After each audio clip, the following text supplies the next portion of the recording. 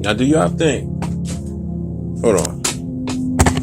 Do y'all think that Kendra G is the next Kevin Samuels?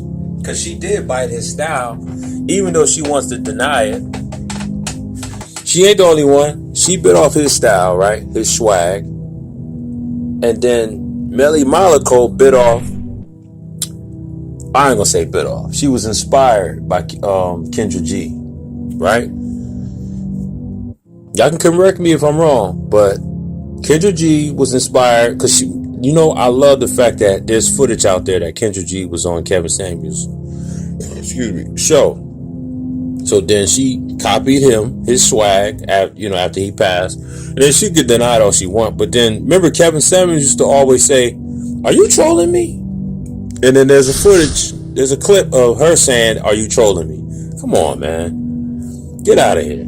So then after that, and look, I like Kendra G. I like what she's doing, but I hate that she doesn't acknowledge that she got her whole style, her whole platform from the inspiration of the late Kevin Samuels, right? And then Melly Malaco got her same swag from Kendra G.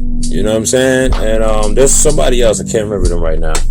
But I just hate that they don't acknowledge these people. You know what I mean? Like, it's just crazy, bro. Like, we can have our disagreements on how Kevin Samuels' tone was or how he went about things.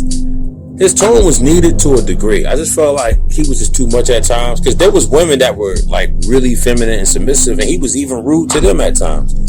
So I don't know. I feel like he did too much. But I get his overall message, because like he said, when he was talking to the men, nobody cared.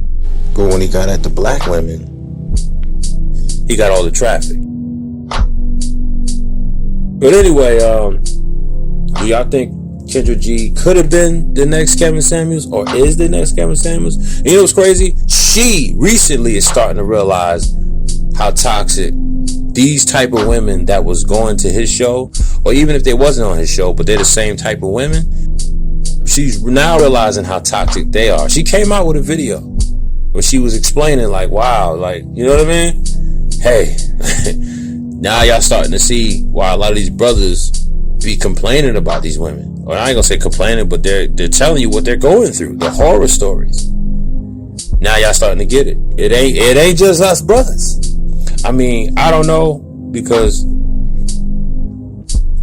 I mean, most women I've dated has been Hispanic. And it's not that I hate my sisters. I got love for my sisters. My sisters, there's nothing but love for me. It's just they don't find me attractive. You know what I mean? I don't know. I'm just not what they really go for. So, not saying that I don't date black women. Of course, I've dated black women. But majority of women that come for me, a brother like me, is either Hispanic, light-skinned, or white girls. Light-skinned, not so much, maybe 20%. But mostly Hispanic women, they have a thing for me. And we just, for some reason, we click. That's a whole nother topic. Yes, my first girlfriend, which was my last girlfriend, the ex I'll be telling y'all about, she's Puerto Rican. That's just, and then I have a thing for them, but that's just my thing. You know what I'm saying? Like, they showed me love. We click. It's not like I'm dating them because I hate my black women. Nah, I love them. My mom's black. You know what I mean? Why would I hate? Come on now. Why would I hate my own black people? I'm not like that. But me personally, I don't want to deal with a woman of any generation or any race who's masculine. Period.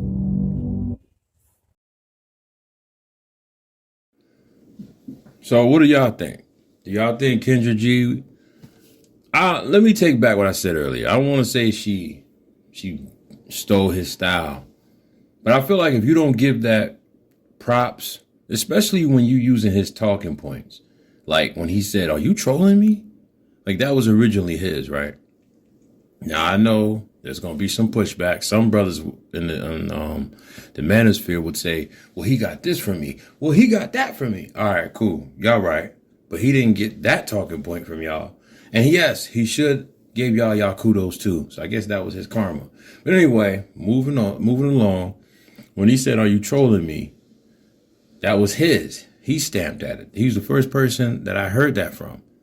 Now, fast forward, when Kendra G says that, I know where it came from, the origins of it. even the tone that she says it in, the same exact way. But she won't give him his props. And people have asked her, did you look up to Kevin Samuels? And she tried to downplay him, like, yo, I got my own thing and da. I can't respect that. I mean, give people their props. What do y'all think? Do y'all think that Kendra G had the chance to be the next Kevin Samuels? Even, just that question alone sound crazy. But why it got to be a next Kevin Samuels? Why can't it be the first next thing? The first whoever? You feel me? Kevin Samuels was the first him, even though he was inspired by several of dudes on YouTube. But at the end of the day, he embodied the lessons he learned, and he turned it all into his foundation. There wasn't nobody doing it the way Kevin Samuels was doing it when it comes to the way he was doing it. You know what I mean? He created a lane for people like Melly Monaco and Kendra G, because wasn't nobody doing this. And after a while, I stopped tuning in because it just started to look like a circus.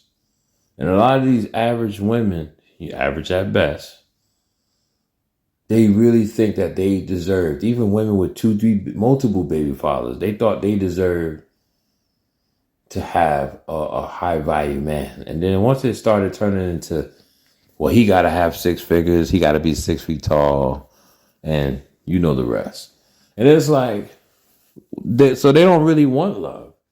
And that's all you see on Kendra G's show.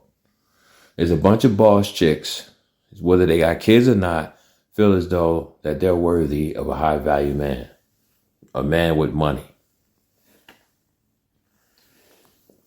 And he got to buy this and buy that, but she can keep her money and not spend a dime. Well, y'all, I'm getting kind of tired, but like I said, man, Kevin Samuels created a lane for the likes of Kendra G, Melly Monaco, and many others. Okay? Everybody want to follow the blueprint, but he was doing it. That's why he was getting 100,000 views off of one video. He generated the traffic. Now, I'm not saying that his method was 100% right, but he did what he felt he needed to do. And to a degree, some of them women needed that tone that came from him. But then there was other women I felt like, okay, bro, you don't got to be nasty towards her. She's cool. She's feminine. She's submissive. She's cooperative. Why are you even mean to her? That's what I had an issue with. As I stated before, okay? But it's crazy how, there has been no investigation. Just like that, he drank a Red Bull and he passed away. And it's like, nah, fam. I feel like it was some foul play. You haven't heard nothing from the girl that was there. His so-called friends, I feel like they all were in on it, allegedly. But I feel like they all were in on it, man. And that's where he went wrong. He trusted the wrong people. I looked at I'm like, why he got all these dudes around him? You don't need all of them. And who's this girl walking past? That's why I moved the way I move, man. I'm very cautious to who I let into my world. Because I've been done dirty. I've been lined up a few times. I'm so glad that a few of those times it failed. It wasn't a success. But then there was one time, two times, it was a success. And I'm just glad I'm still here to tell the stories, you know what I'm saying? But anyway, I'm getting off subject. I just wish people like Kendra G and the others who looked it up to this man would give him his props. You would want somebody to give you your props because that's what's going to happen down the road for Kendra G. She don't want to give Kevin Samuels his props. Cool. Somebody's going to copy her one day, and then she's going to be crying and boo-hooing. Well, this is what you did to him. You act like that was all you. No. And you was on his show. Man, when I was in the 30s, when I had the girls from up here, they remind me of myself. Because I was like, he got to have a lot of money. He got to take care of all the bills. That's what I was on. And I running those circles, but what I've learned is a lot of those men just couldn't be faithful. So then I learned, well, that's my deal breaker. Faithfulness is my deal breaker. So I've been blessed So in my career. the question I have then Okay. is, because I hear what you're saying, but then I also like, that sounds good, Okay. because you 41 years old, married, any kids? Nope, I froze my eggs though, so I got a safety net just in case. So you're accustomed to a certain standard of life. This is true. And if a man is making the median of what a black man is making, $42,500, he can't afford your standard of life. So is that my problem? See, it's the reality of the world. See, what happens far too often, especially in our community, is black women wait too long to get married. You wait till you're too old. You wait till you have too much experience, and your experience and your income has gone up, and that is inversely proportional to your sexual marketplace value. So can I speak to that? So let me finish making the example, because I hear women come on and say, you know what, that high value thing, I really don't want that because I don't want to have to share him. All right, but then are you going to be able to look at a man making $45,000 a year and respect him to the same level that a high value man will be respected?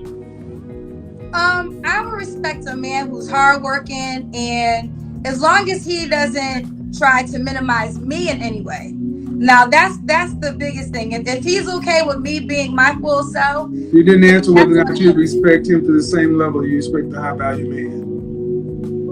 Well, let me tell you this. I'm going to say yes, only because I'm going to tell you this. I've dated high value men. I've dated the men with the Rolls Royces and all the cars and all the glitz and glamour. And they always thought because they had the cars and the glitz and glamour that you got to bow down to them. And I get it, but I'm talking about the men who's working at the post office. I would say, now I'm going to tell you my requirements. I want you to be attractive. So if you're a guy that's working at the post office and you're attractive and you... Hold on, let me time out. Why do you want to be attractive? I can't have nothing. No, let me explain. See, this is what's so wrong with so many of our women. You're supposed to be the attractive one, not us. Okay. Black women today have atavistic mating standards, very primitive, meaning I want you to look good. So he can make $40,000 a year as long as he look good. I'm not saying that. I'm not saying that he can make $40,000 a year. I'm not. That's what most black men make, $42,500. Okay, so Kevin, so are you saying in your perspective that it's over for me? Then I don't have. No, it's not. No, what I'm saying is your price is too high.